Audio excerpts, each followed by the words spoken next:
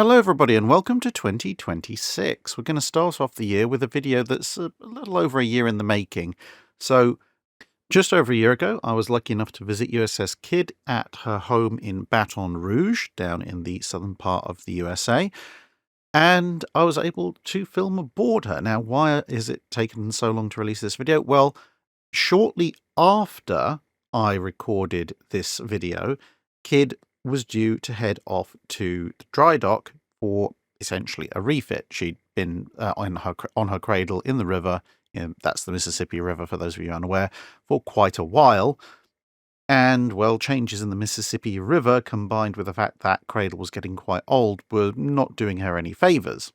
So she's headed off to dry dock. She indeed has been in dry dock. She's been refitted. She's come out of dry dock with a snazzy new paint scheme, which you can see in this photo, and she's just waiting for the Mississippi River to rise to a point where she can be put back on her cradle so that the full museum at Baton Rouge can be reopened later this year.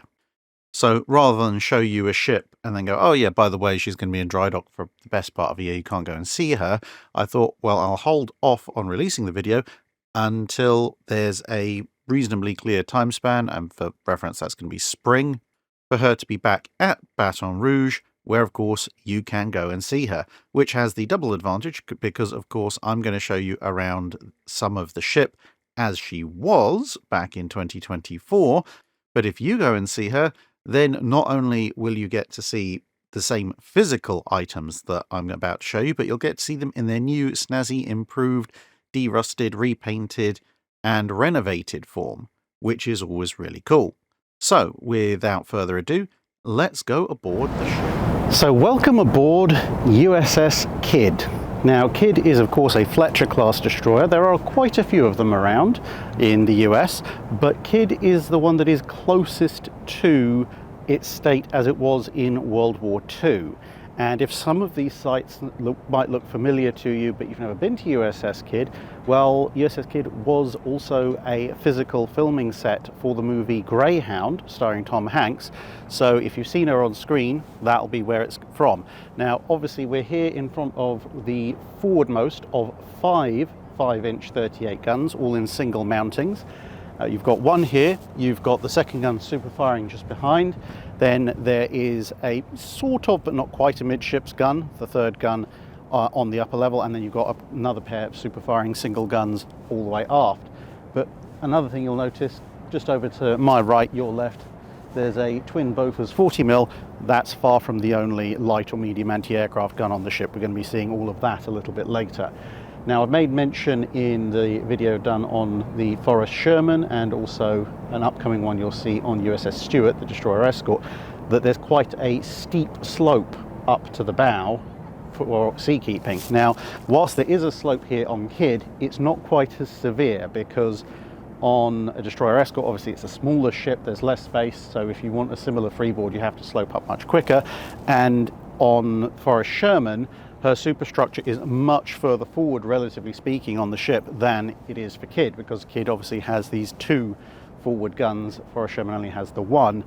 And so, as far as Kidd is concerned, from roughly the superstructure area, which is where the slope really starts in earnest, you've got a bit more length of the ship. So, whilst you are still quite high over the water, once you get to the bow, this slope is much gentler. So let's keep going down the length of Kidd, and eventually we'll get to one of these guns where we can have a look inside and see how it all works. So here we are, we're now in the area of Mount 2, so that's just off to your left, my right, it's the super firing forward 5-inch 38. But we're going to look at that in a second, but first I thought let's have a look at this. So this is obviously, if you've probably seen a few of these videos before, fairly recognisable, a twin 40mm Bofors mount. Now this one can be adjusted by hand. It's a little stiff, but hopefully you can see it moving there in the background. A bit of WD-40 ought to fix that. Now this is an example of some of the upgrades that the Fletcher class got during its service career, because if you look at the very early basic plans of the Fletchers, well, originally they were supposed to use the quad 1.1s. Yeah, everyone thought better of that after a fairly short period of time. But having close-range anti-aircraft guns so close to the super-firing 5-inch obviously wasn't originally thought of as a particularly brilliant idea, because the other thing is, of course, you've got the bridge just to my left, your right. So if this is going off, that's a lot of noise, a lot of shock waves, a lot of lead being thrown into the sky in an area where people are trying to concentrate to command the ship. But as time went on, they appreciate the air threat is very significant, especially in the Pacific, and so guns are being stuck pretty much wherever they will fit. And one of the places it turns out that you can fit guns is here. So this is the starboard mounting. Just behind me is the port side mounting, and just these two mounts alone represent actually considerably more medium anti-aircraft capability, if once you take into account how good the 40mm Bofors is, than the ship was originally designed with, period. Obviously the 5-inch counts as heavy anti-aircraft, and 20mm and 50 cals are light anti-aircraft, at least by general rule of thumb. And of course each of them has, in this case, a semi basket or bin to sit in. If you see some of the mounts on battleships and so forth, this would be a completely circular tub. In this case, obviously, because the 5-inch needs to move and people need to be able to access the 5-inch, it comes around and just stops here. So let's have a quick look to our left and have a look at the forward super firing 5-inch. So having turned around just 90 degrees, we're now looking at the super firing 5-inch 38 mount forward. Now, of course, unlike the mounts that you'll see on battleships or even cruisers, so Salem, Massachusetts, the Iowas, Alabama, obviously not too far from here, all of those are twin mountings. These are single mountings. This means that, amongst other things, because there's less weight involved, they can be rotated much faster. They obviously weigh less, and that gives them an advantage in terms of rapid engagement. As time goes on, more and more power systems are added to them, so you get what's called RPC, remote power control, and that is why later on you'll see ships like the Sumners and the Gearings, the two successor classes to the Fletchers, they'll have 3 twin mounts rather than the Fletcher's 5 singles, which obviously gives the later ships an additional gun and takes up less overall length on the ship. But in the late 30s, when the Fletchers are being designed, the way technology of the time is set up, this is actually a much more efficient usage of the space if you want to be engaging aircraft as well as ships.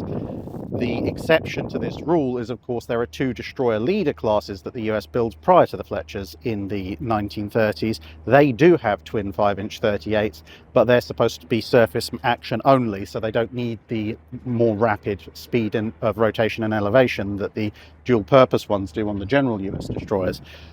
The only thing that's mildly frustrating when you're dealing with 5-inch 38 mounts when it comes to the single ones is that you can actually tell with the twin mounts what kind of ship they're designed for, because the twin mounts vary quite a lot in weight, and one of the reasons for that is the thickness of the, well, we say armor plating, mostly really splinter-proof plating on the fronts. And because those mounts are a lot more box-like, you can actually just quickly look at the thickness of that plate and go, oh, okay, this is clearly a battleship mount, or this is clearly a cruiser mount, or whatever. Whereas with the single mountings, because they're a lot more curved, which you probably can't see there, but I'll probably stick a photo in, you can't actually immediately tell exactly how thick the plating around this mount is.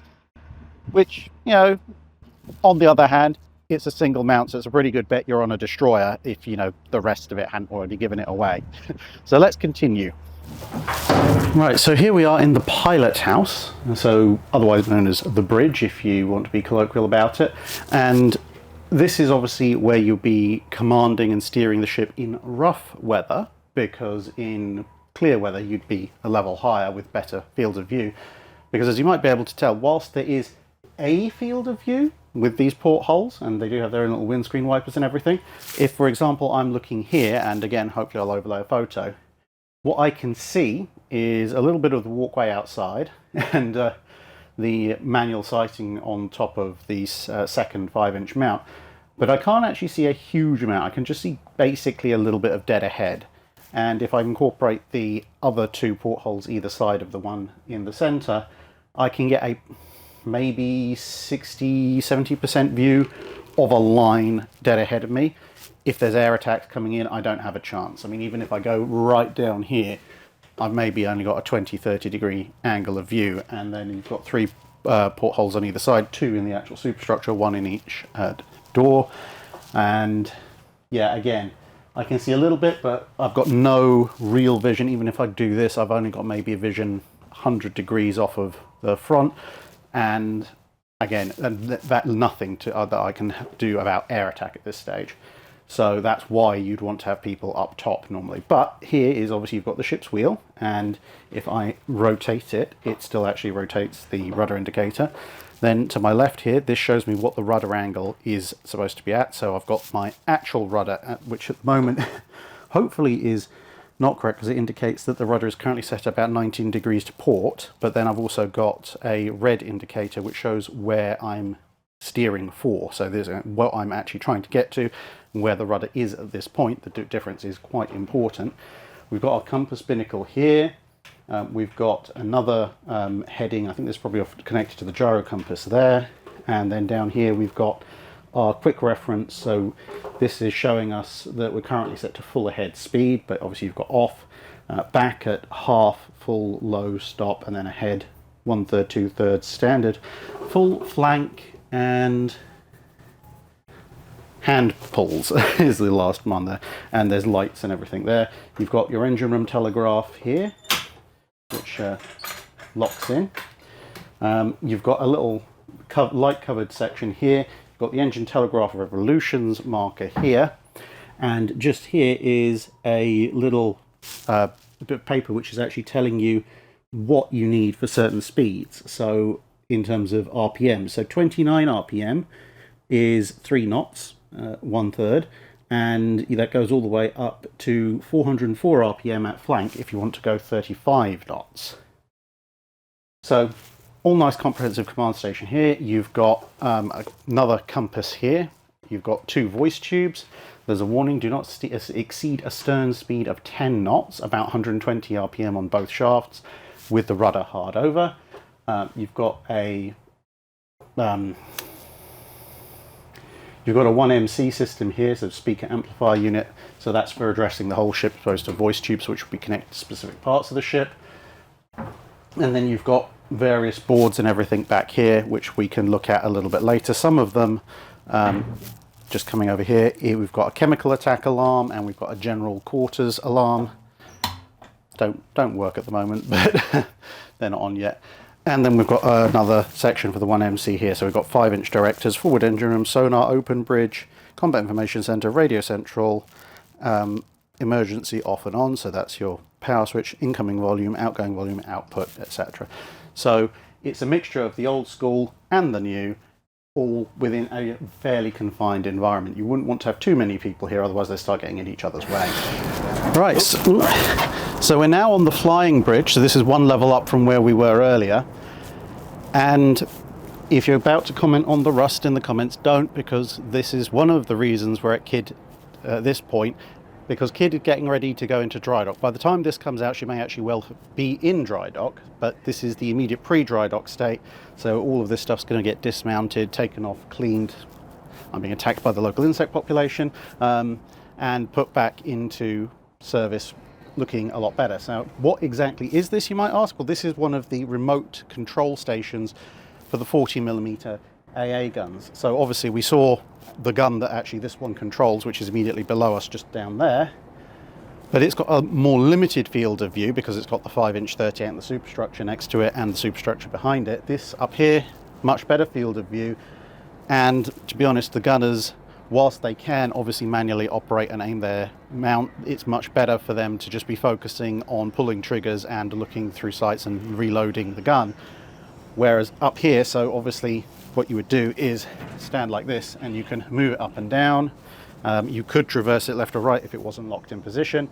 And this is, as a remotely connected to the 40mm, you can just direct your 40s from here. And of course, all of this stuff will be interdependent. So there is another station, a spotting one just above us on the flying bridge, and there'll be other similar units like this around the ship. So if, say this is a starboard one, if some of the directors further aft or the remote control stations further aft have been destroyed by kamikaze attack, strafing, whatever, this can take over and you can direct the entire starboard 40mm gun battery from it.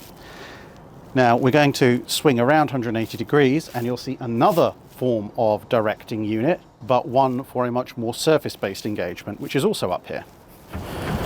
Right, and then literally just spinning the camera around 180 degrees, we have one of two torpedo directors which are up here. So obviously the ship has two quintuple torpedo launchers, which we'll see a bit later on, but you know, you don't just aim them like down a bit of an iron sight on the torpedo tubes and let them loose. You need to work out where are those torpedoes going to go, because even with the guns you're doing a degree of deflection shooting, because if you fire the gun and it's got, say, a 10-second time of flight, the ship that you're targeting is going to be 10 seconds ahead of where it is at the moment. With a torpedo that's only going 35-45 knots, that problem gets exponentially larger. So here you have a full set of calculating devices, pretty much like a miniature version of the fire control computer for the ship's main gun. So you put in various angles. This is the gyro angle, so where you want the torpedo to actually go, and that doesn't necessarily have to correspond to where the torpedo is launched, because remember, the gyro can be set to make the torpedo turn a certain amount after it's launched.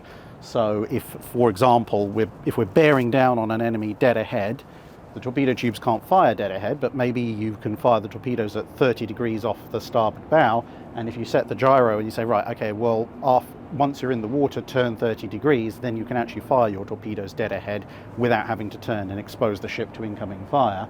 But in order to get all of that, you obviously have to put in your course and speed, enemy course and speed, and all of that will be plugged in, and that will give you where you actually need to aim the torpedoes. Because of course, if your target is dead ahead now, by the time the torpedoes reach there, let's say in this scenario we're firing our torpedoes off to the starboard side because that's where the launches happen to be pointed, but say the target has come from the starboard side and is crossing to the port side, if it's dead ahead at the time of launch and you fire your torpedoes dead ahead, by the time they get there, the ship's going to be several hundred, several thousand yards off to the port side.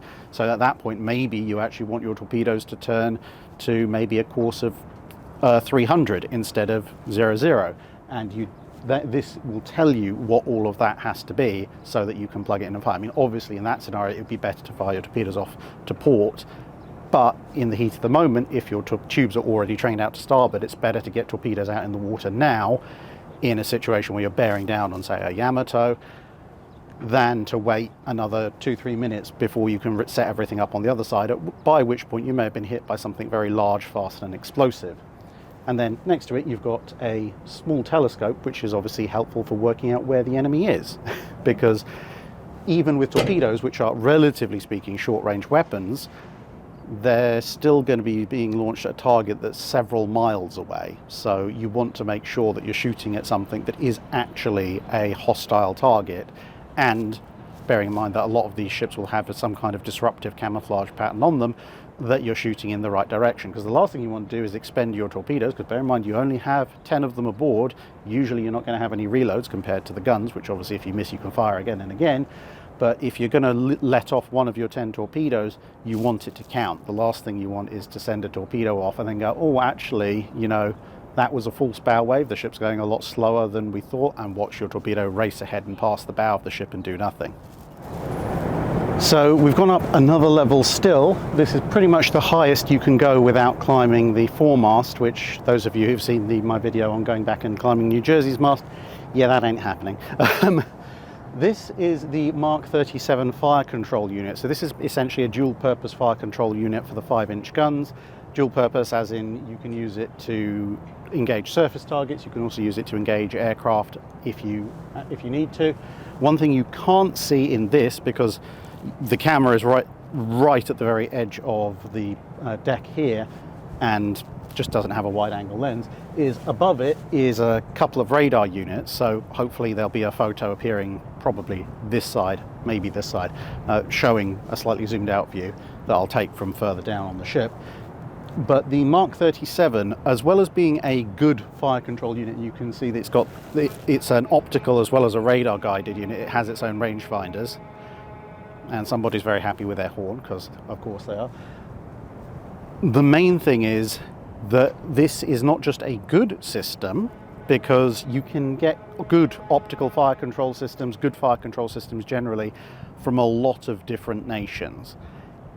But it's also a relatively easily replicable system, and the US has the capacity to manufacture it in huge numbers.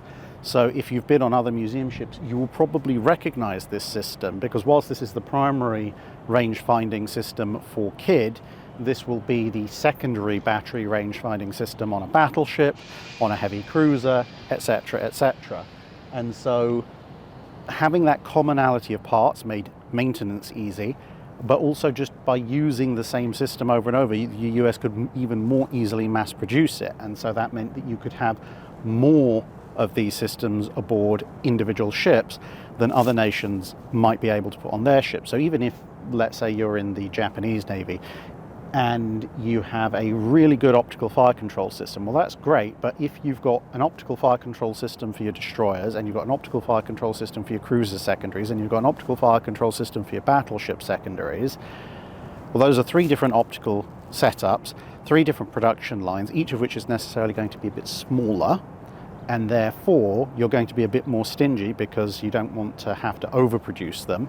Whereas for the US, because they've centralized on the 5-inch 38 as the primary gun for their destroyers and the secondary gun for anything that's bigger, they can just go, yeah, we'll just make hundreds and hundreds of these things, at which point, you know, let's stick a couple of them on all our destroyers, let's stick 4 or 5 of them on all of our battleships, etc., etc. And not only does that mean, as I said, it's ease of maintenance, because when a repair ship goes out to the Western Pacific or wherever it needs to go, they can just take spare parts for this, and then you know that everybody's 5-inch guns will have some form of fire control in place. But it also means that crews being swapped in and out of different ships don't need a huge amount of retraining. So if you were a fire control man on, let's say, a New Orleans class heavy cruiser, and it's got Mark 37s installed in a refit, and then you're told, well, actually, you know what, your ship's going to go in for a 6-month refit, but we need people like you, skilled fire controlmen, we need you to go out again. Well, there's a berth open on Kidd, and you get stuck on Kidd. Well, this is exactly the same system you will have been used to. And then if you get transferred to New Jersey or Alabama or Iowa or Wisconsin, as long as you're sticking with your 5-inch guns, same system again. Now, what you can see here looking aft is 2 of the ship's searchlights. On the left-hand side of this picture, which is actually the starboard side of the ship because we're looking aft, you can see that one has its iris fully shut, and on the right-hand side of the picture, port side of the ship, you can see this one's got its iris mostly fully open. Now, of course, these are nice big searchlights, so they can be used for all sorts of things, mostly in night surface actions, although it was learned very quickly that it's much better to rely on radar, because a searchlight gives your location away as much as it highlights the enemy, whereas radar, unless the enemy's got a radar detector, doesn't give your location away. And even if they do have a radar detector, it's much, much less of a look here, I'm here, shoot me indicator as compared to a searchlight beam. But a searchlight could have other uses. You can use it for looking for survivors in the water. You could, in theory, use it to point out an aircraft, maybe a scouting aircraft that you'd spotted on radar. You can, with these irises, also use it for long-distance signaling, because it's quite a nice, powerful thing. And when you're coming into port, you could use it to highlight where you are, you know, identify that you are a ship in a particular location. That's where you want people to know where you are via means of a light. And so, because of their utility, you'll find that ships continue to carry searchlights for many, many decades afterwards. And in fact, ships still carry searchlights, even though as a communications medium, they've been mostly, but not entirely, superseded. Another thing that you can see whilst we're up here, if I just pan the camera down and to the right, there's one of the 2 flag bins, because we are right in front of the foremast, so this is where flag signals would be flown from. The foremast is this big grey pillar in front of us, so if I loosen the camera up, you can track all the way up. Well, not quite all the way up, but at least up to the yardarm. And we've got the fore funnel hiding there just behind the foremast from our perspective. Tighten that back up again. So we're going to proceed now a little bit further down and further back in the ship, because, as I said, this is about as high as you can really get unless you want to climb this ladder you can see here just attached to the side of the foremast. And yeah, no. So we're now standing between the fore funnel, which is to my left, your right, and the aft funnel, which is to my right, your left. And this is another set of quad 40mm Bofors. There's one behind as well. And one thing you might notice that's different about these compared to a lot of 40mm Bofors you've seen around, apart from the cawing crows in the background, is that there's a radar dish on the port side 40mm mount. Now, that isn't there most of the time during World War II, but as radar technology gets smaller, fire control technology gets smaller, and again, more and more can be produced, radar technology goes from search to gunnery control for main guns to gunnery control for small guns, i.e. 5-inch, and then by the end of the war they've got to a point where you can stick radar on for gunnery control even onto individual anti-aircraft mounts such as this quad 40mm. Now of course there is a bit more weight involved to this, which means that once you've taken into account the electronics, the people to deal with the radar, the fire control systems over there to process that signal, and obviously the weight of the dish itself, all of that is going to affect the displacement and stability of a ship that wasn't really designed to have this many AA guns on board in the first place. And so in the immediate post-war environment, you actually see quite a lot of discussion in the Royal Navy, in the US Navy, etc., of how many of this kind of system do we want on board, because this gives you huge amount of redundancy, huge amount of local control for each of your anti-aircraft guns, but it means if you have just these, you can have fewer of them because, of course, they weigh more. Whereas if you have, like we saw up front, standard 40mm mounts, you could have more of them directed by perhaps a central radar or a central director, which means more shells in the air but perhaps less granular control.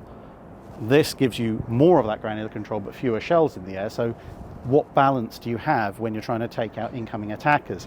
And how all that adds up, as I said, is a matter of huge debate in the late 40s and early 50s. And so on some ships, you'll see them equipped almost exclusively with individual radar-directed guns, but fewer of them compared to what some World War II loadouts. Others, they'll only have a few of these and more of the regular types. And they still haven't honestly entirely resolved that debate by the time in the mid to late 50s that missiles come around and everyone suddenly jumps on those as the solution. But there's another impact of these, which is that the weight of a mount like this, which pretty much becomes a standard in the late 40s, early 50s for medium anti-aircraft guns that aren't 3-inch 50s, this kind of mount, in terms of how much space and weight it takes up, actually very heavily influences a lot of short-range self-defense surface-to-air missiles in the early Cold War. Now, I'm not sure which of the US systems, Tartar, Talos, Terrier, etc., was the short-range one, but I do know that, for example, the Seacat system in the Royal Navy was explicitly designed to have the same footprint and weight profile as pretty much one of these mounts, so that they could replace them like for like. Which, when you think about how many sextuple radar-directed 40mm mounts Vanguard had, gives you a rather scary amount of missile launchers if they'd chosen to refit that particular battleship. But in this case, aboard Kidd, we've got a mount here and a mount here between the funnels, but there's more guns further aft, so let's go and have a look at them. Right, so we find ourselves here. We've now transited actually only a few yards. The camera's actually sitting next to the aft funnel, and we're at one of Kidd's quintuple torpedo launchers. I think this is the only one that's left, because the other one would have been where we were with those quadruple 40mm. Now, one of the things you'll immediately notice is we've got the classic hood that you'll be used to looking at most torpedo launchers, whether you play them with ships that have them in game or you look on plans. And then here you can see this is the hood back, so you can see the nose of the torpedo. So during World War II, this would have been a Mark 15 torpedo. So the US used 3 main torpedoes. The Mark 13 is a much shorter air-dropped one. The Mark 14 is the infamous problematic submarine launch one, and the Mark 15 is its close cousin, which is a slightly larger, longer range version mounted on surface warships. You would, of course, later on have the Mark 18 electric torpedo. You had the older Mark 10, which fitted on some of the smaller, older submarines. But if you're looking at surface launch torpedoes, the Mark 15 is the one that you will want. Now, as I mentioned, Kidd originally would have had 2 sets of launchers like this. This is the one that's left because as time went on, you had more and more weight being added by anti-aircraft guns. You needed more deck space for more anti-aircraft guns. And it's very much a testament to the Fletcher class's superb design and utility that they were able to add so many anti-aircraft guns without compromising their torpedo launchers.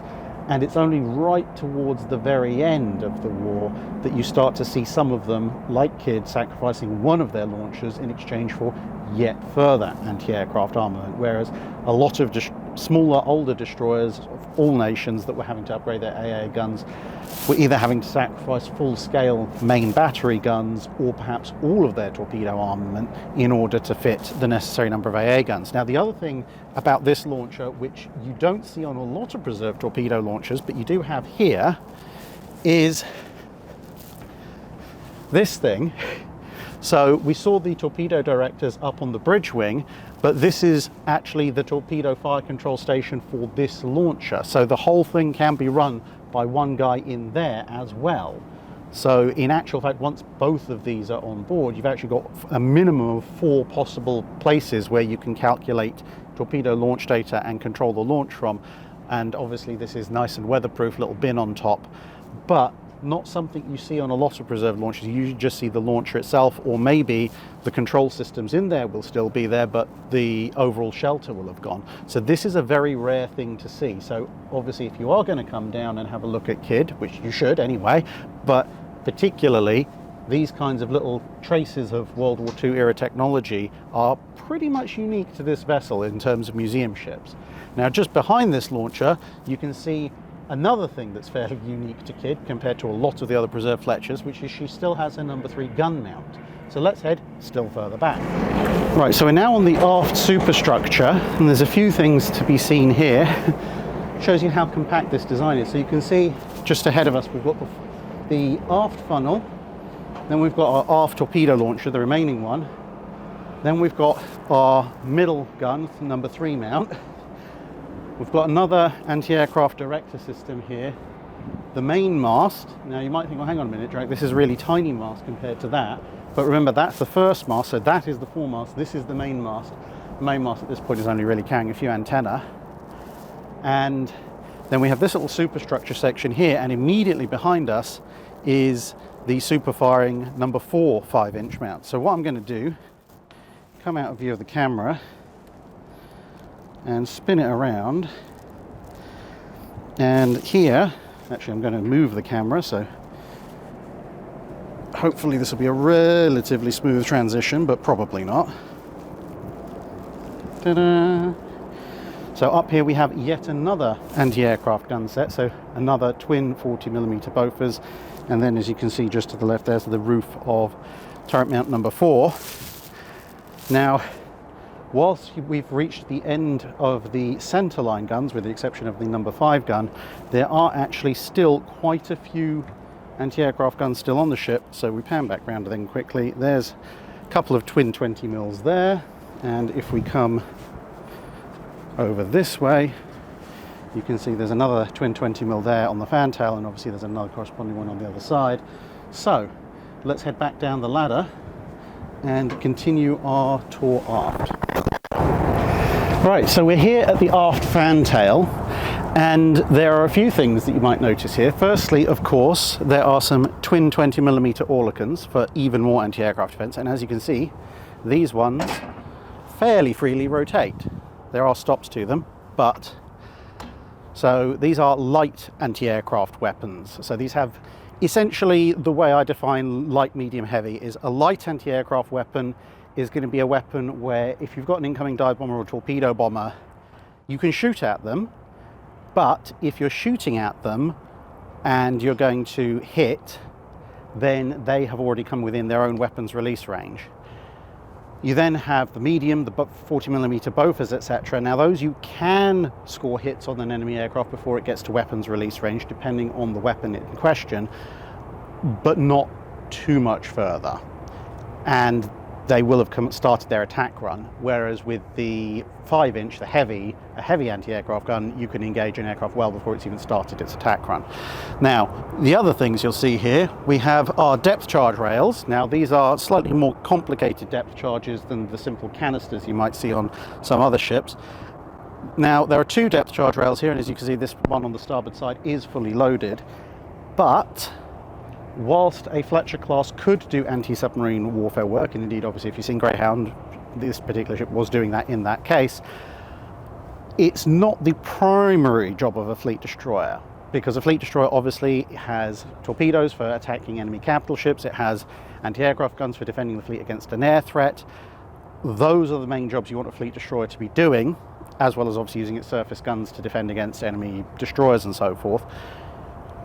The task of specialist anti-submarine warfare hunting is best done, at least in the US Navy, by destroyer escorts, but destroyer escorts are a little bit slower than the fleet. So if you're operating with a fast carrier task force, for example, a fleet destroyer like a Fletcher is going to have to be doing that job. Hence, you have your depth charge launchers.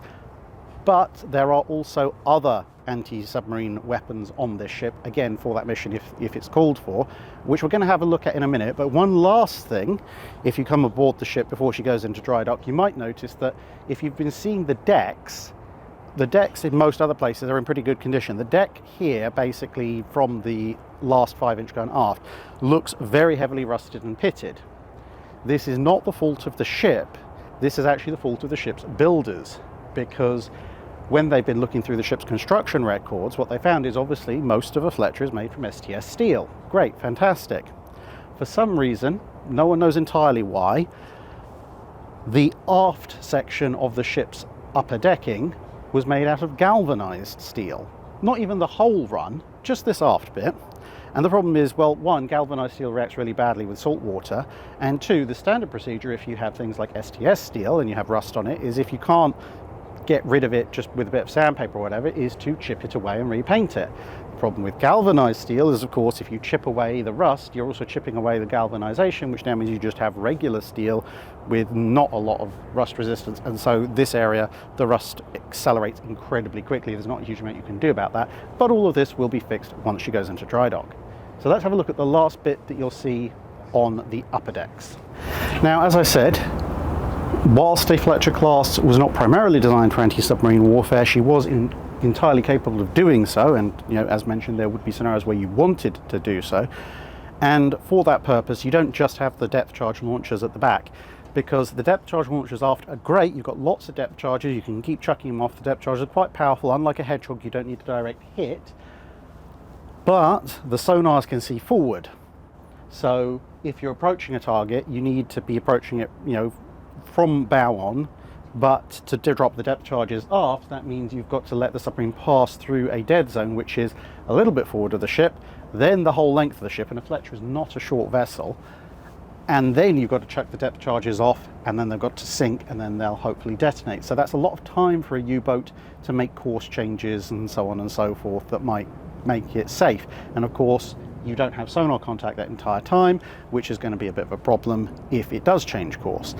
This is part of the solution that helps mitigate that. These are K guns, so we've got one here, a second one there, a third one there, and what these do is, with a small black powder charge, they can catapult these depth charges over the side. Now obviously that massively reduces the distance between your loss of sonar contact and when you can fire the depth charges, and indeed it also offers you the option of, if you say have a sonar contact ahead at 500 yards, you can put the ship's wheel hard over, bring your starboard or port side into view, fire your depth charges, and then swing the bow back around and hopefully reacquire the target relatively quickly.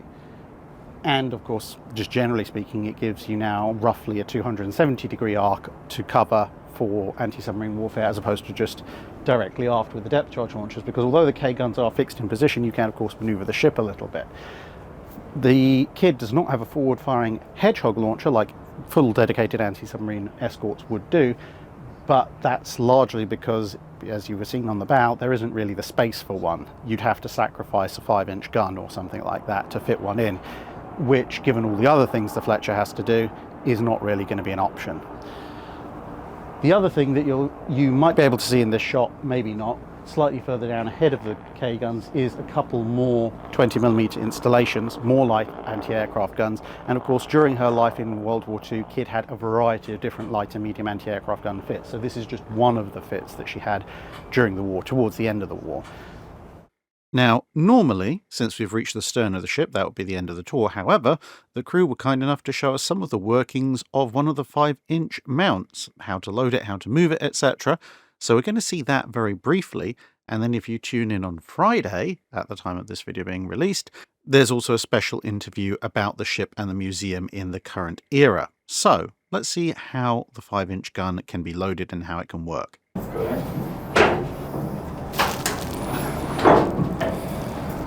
it back up. There you go. If you don't bring it back up, it'll slap you silly. You gotcha.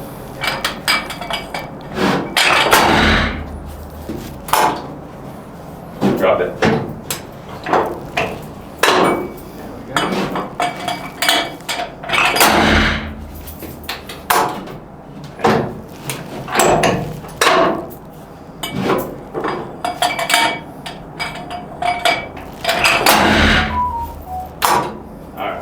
It's going to turn, so.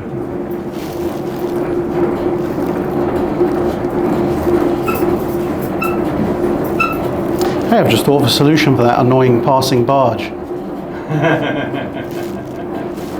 We have not talked about that whatsoever in the slightest. You can actually move a full manual, move it fully manually. I can still do it, but the lack of grip on the right hand compromises me a little bit, but I still can do it. Oh, that's good. All right, you want to jump out and catch him? Okay, whenever you're ready. Ready? Okay, go ahead, Orr.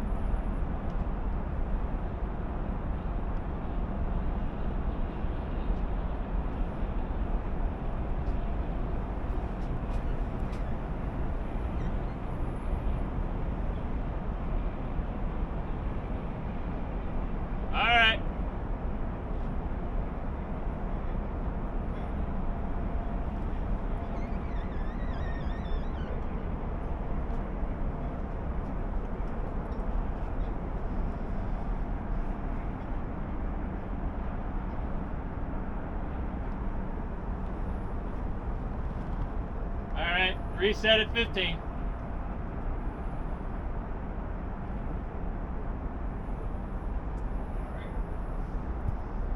Excellent.